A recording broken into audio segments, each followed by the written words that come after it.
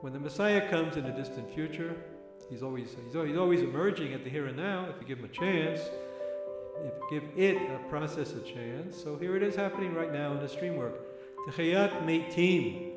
So these are not dead people, these are living people having an exciting encounter together. At least at this moment anyway, from my point of view of the living room. So already from this dream we got something. We have the Messiah as our opening presence. The Messiah is here. We brought him in.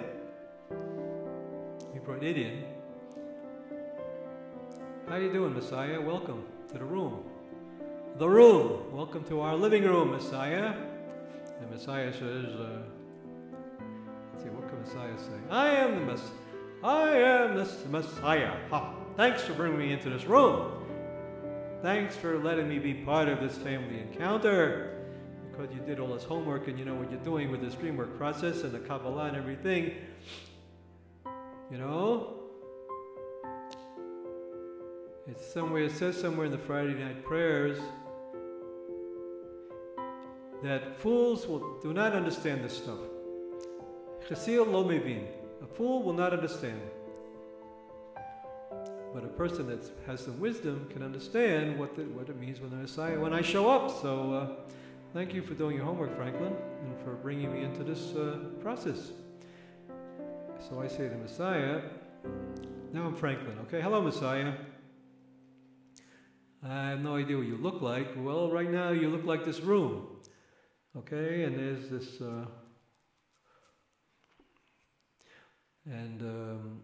nice to see you here. So it makes you help me understand what all that talk I've been listening to for all these years about when the Messiah comes, where everybody gets back together again. It's one big happy gathering again, like on the ark or something. So fortunately,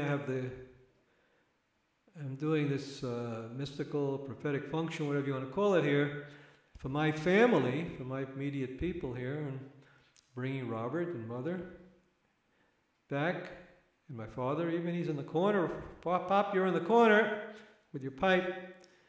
And see that? The Messiah brought us all back, and we brought the Messiah back. Terrific. So far we're right on course. All right? Let's see what else we learn from this dream here. Another image that I'm really curious to know about, why this piano is here. Piano. Of course, piano has been a major thing in my life. I'm speaking as Franklin now. Piano.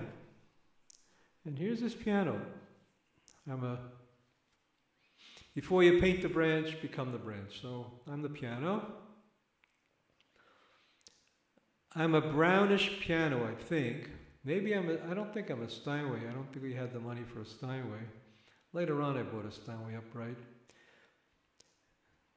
Started to pay off the Steinway upright, and then my mother took over the payments. But anyway, but when I grew up we had a piano. So here's on this piano, and Franklin, I'm the piano that makes all the music from this family for the 16 years that you were here.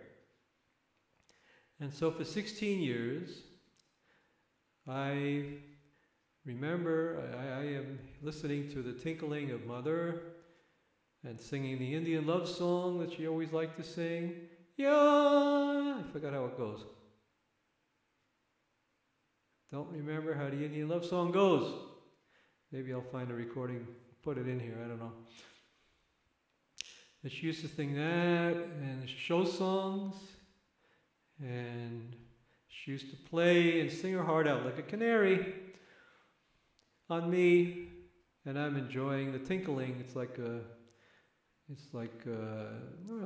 scratching my itchy skin. And then you come along and you start off with one finger, and then 2 fingers, and then 3 fingers, and you rough me up a little bit. Maybe you scratched me up a little bit, but somehow you kept going well, I got a little jealous after a while. You started playing those other instruments, a trombone and a tuba. I had to listen to all that noise. But you kept coming back to me sometimes. You used to play show songs. Just like Robert used to sing Sentimental Journey. Hey, Robert used to play on this piano also. This piano, I'm the piano. I was a friend of Robert. Robert, hey, I'm your piano also. I'm your piano. I'm your friend. Now the association I have to Robert is that Robert, your whole life, you were always a person that needed a lot of people. Relationships were always so important to you, and yet when you died, and this is one of the most saddest things about your death, is that you were totally alone, except for me. Our sister didn't want to have anything to do with either one of us. She felt we weren't worthy of her company. So, and the other relatives didn't bother either. So when I brought you to Israel, it was just you and me. I don't know, maybe if you had stayed there, maybe I made a mistake bringing you to Israel, I don't know. Maybe if I'd left you there, the other relatives would have felt sorry for you and come and help you. But I don't know that, because they didn't come. Now I know why. I left you alone. When I was in Israel for half a year after Mother died, and then I get a phone call telling me that, from a hospital saying, wanting my permission, can we put a stomach tube in? This man is dying, he won't eat and everything. So that's it. They didn't come. None of those relatives came to help you at all. Not one. Sister, none of them. So they just assumed that you died. So I came from Israel and I spent 2.5 years with you, brought you here, and brought you here.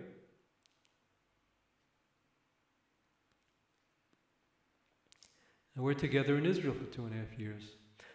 So, like I started to say, like the piano was starting to say, Robert, I was one of your friends, and you had so many friends when you were young. You played ball, you had social life, you were the center of the party, lively, always outside, running around with your friends, all kinds of sports.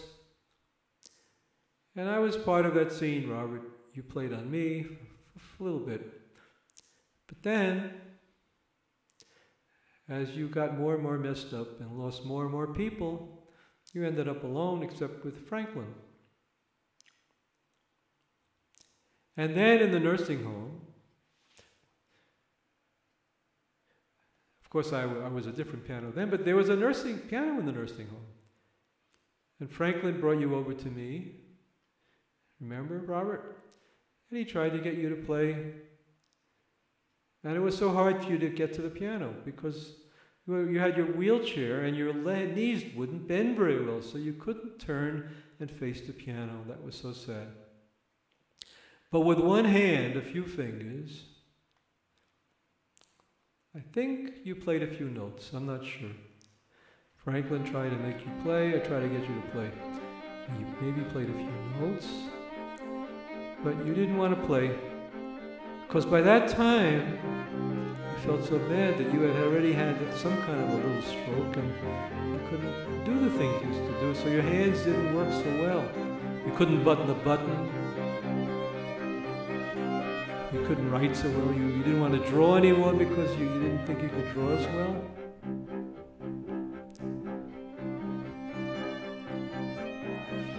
So now, at the end of your life, I'm here, Robert. I'm the piano in this nursing home, and you won't come to me. You won't come to me. I can comfort you and allow you to play your favorite songs like Sentimental Journey. It takes one finger to play Sentimental Journey. Yeah, yeah, yeah, yeah, yeah, yeah, yeah, yeah, yeah, yeah, yeah, yeah, yeah. See, he wouldn't play the black notes because it would be too difficult. He'd go, yeah, yeah, yeah, Yeah, yeah, yeah, yeah. And you wouldn't even play the low note there. Yeah, yeah, yeah, yeah, yeah, yeah, yeah, yeah, yeah, yeah. That's as much as he would ever be able to play the Robert. But even that little bit, Robert, you wouldn't let yourself enjoy at the end of your life. Maybe you couldn't. So as a piano, Robert, I am a witness to the various stages of your life, at least from this point of view, of finding consolation from music and from people. And when you lost me, it was part of losing your whole world and being alone. But it's good you had Franklin. And then Franklin has, I have an image, I'm Franklin, I have an image of my brother Robert. This image contrasts so strongly with the image of the dream. The dream, you and Mother having a lively conversation, totally alive. Now in the dream, in our relationship at the nursing home, maybe it was maybe a month before you died. One day I said to you, I walked in there, you had this really typical frozen expression on your face of a kind of agony, like, oh my God, what are they doing to me here? And you would say things like, I hate it here, let's get out of here, let's get out of here. All you wanted me to do was to take you out of the place, roll you out, roll you to the pizza restaurant to get you a slice of pizza, to get you out of that world. What you used to call in your letters, you didn't want to be a product of youth institutional living, although you were at the end. And so I came along and I said one day, Robert, you look like you lost your best friend. And you looked at me with your Zen collected mind that you had towards the end, and you said, you're my best friend.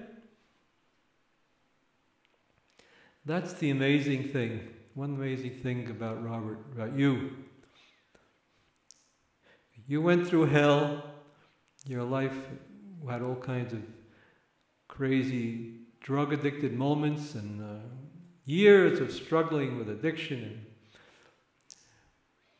and watching yourself, your body and half of your mind get all messed up. And yet somehow, at the end, when I brought you here to Israel, even after you had that kind of minor stroke that cost you some of your motor abilities, still your mind alternated between being emotionally distraught from all your physical pains and moments of kind of Zen clarity when you would say something that was so direct and honest that it showed that you were totally in touch with reality and what you needed.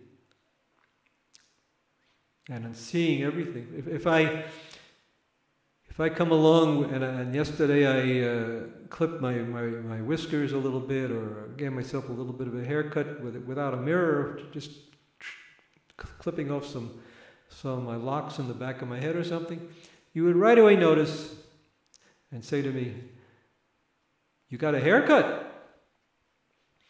So you were very much here and now, in touch with reality at the end. And that's so sad, because when you got to this final state of